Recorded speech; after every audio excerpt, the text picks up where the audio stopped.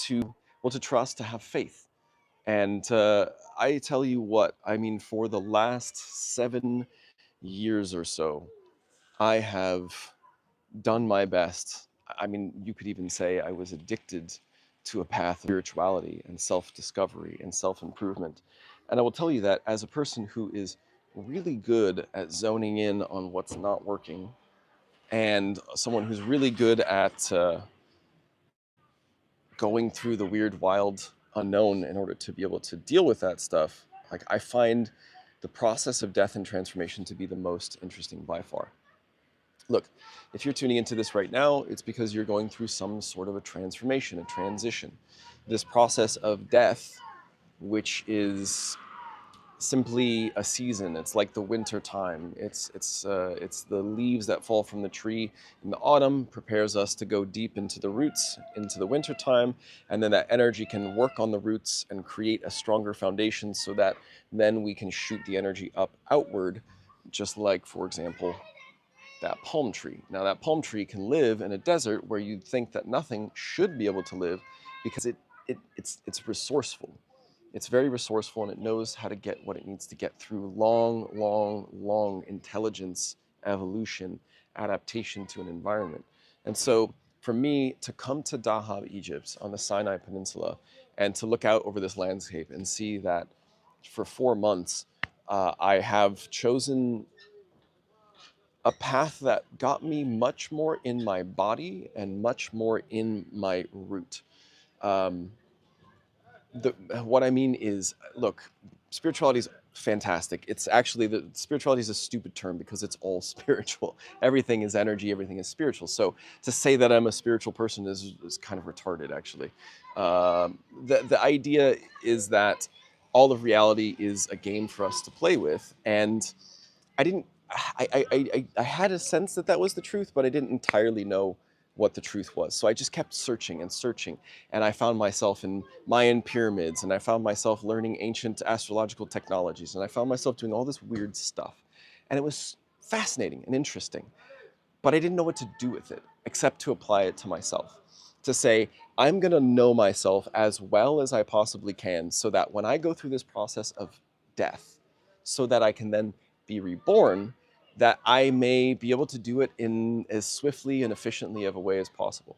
Now, look, I just met my partner, and I can say with clarity that this woman is the woman I want to partner with because I have been through so many not partners, so many near hits, but I've been through so many relationship deaths that each time I come out unwinding the bonds and connections, seeing the emptiness in myself that I was trying to fill with somebody else. And I would keep turning to spiritual techniques, psychedelic medicine, substances that would, illuminate me, allow me to have access to a greater energy. And that's a beautiful thing until you don't integrate it. Now, the integration is the taking of the vision, the taking of the clarity, the seeing of yourself in a way that you could never possibly have seen before because your ego structure, your RAS, your default mode network, all of these parts of you were stuck in an old version of yourself. They were stuck in the you that you had become addicted to. But it's now time to take the vision and seeing that and then start to change it, repair it while it's still malleable, while that neuroplasticity is an all-time high. So once you can start to change yourself, then I would say that then you can pour that energy into the physical body, and then the physical body will then rebuild itself. It will regrow itself. So we literally become a new version of ourselves every time that we go through this death cycle, this spiritual, mental, emotional death cycle. And I highly recommend. It's a lot of fun because you're going to go through it anyways. In the tarot, they call it the tower moment. This is where shit hits the fan, is usually how we would say it in the United States.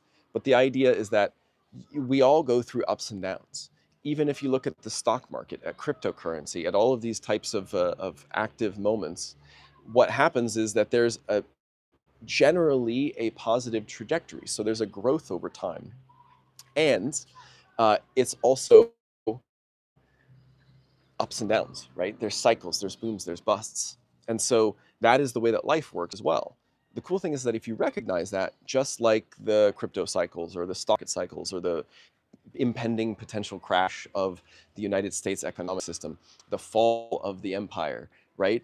Which, by the way, really isn't a fall of an empire. It's just the fall of the shell of the most recent empire so that a new empire can emerge. Different story for another time. Actually, if you want to hear more about that, go ahead and comment below. But the idea is that you need to die and then be reborn.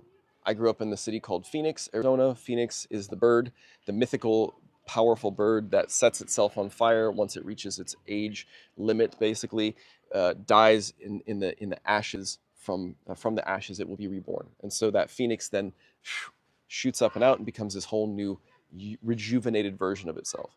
Now, I am 41 years old.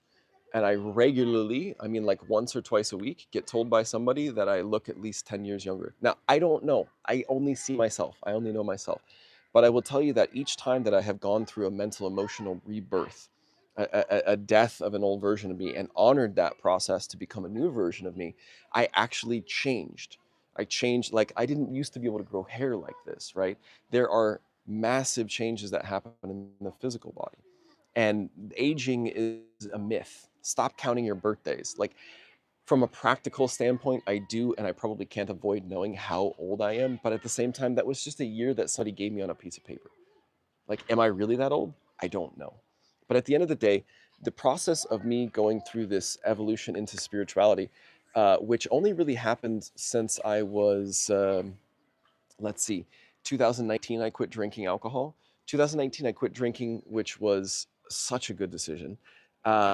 It was weird because I was a professional wine taster. Yeah. I was a certified sommelier since 2011. I became a certified beer taster through the Sister Runs organization. And then I just realized I needed to quit drinking alcohol. And then I opened up into spirituality.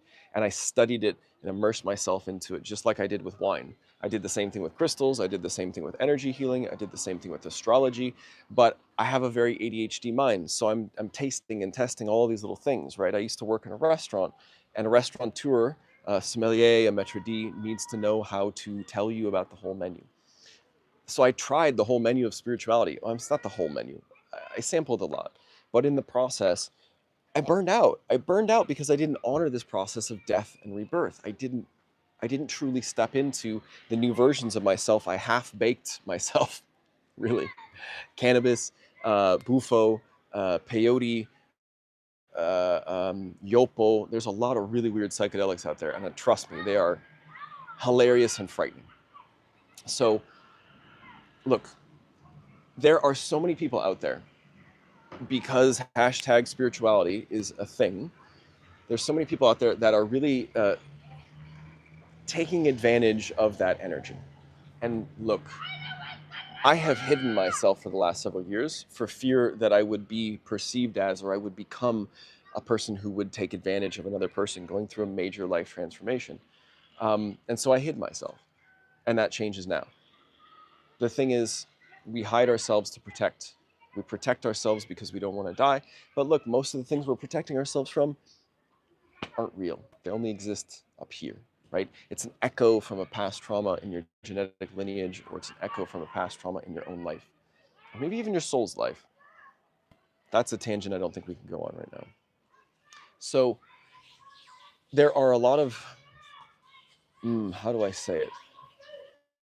Spiritual guides, spiritual business people who are really good at talking the talk, but not so good at actually physically embodying the essence of what they need to communicate.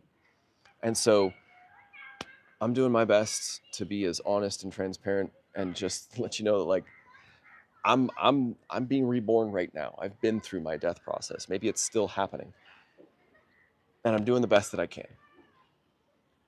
I can only do the best that I can. It gets better every time. But yeah, I'm not going to pretend like I know everything, because I don't. I definitely don't know everything about social media. I definitely don't know everything about like administrative assistant type tasks. My executive function is a little bit challenging. But I don't know how much compared to other people, because I managed to go 40 years without recognizing that I have an ADHD nervous system, which at one point I thought was something to be shameful of. But then a friend of mine recently said, actually, that's a success because you went 40 years without needing like desperate intervention in your life, which that's fair. So look, Spirituality is a beautiful thing. To think that spirituality is something different than life is insane. Life is spiritual, life is spirit, life is a game, life is a simulation, life is an artificial construct. I don't know, but it is malleable, and I highly encourage you to play with it. And if you're sticking around this far into a live video, whenever this hits you, because you're meant to be here. So as long as you trust that, I'll trust it. Subscribe, like, share. You know you've got some weirdos on your DMs that would love to tap into some conversation like this because they're tired of not being truly seen by the algorithm or being given what the algorithm wants to sell them. So I'm going to leave that right there. I'm going to let you enjoy this beautiful sunset here on the Sinai Peninsula in Dahab. The kids are hard at play over there, and we're having a fun time tonight. So I'm going to get back to my work here on the rooftop. Until next time.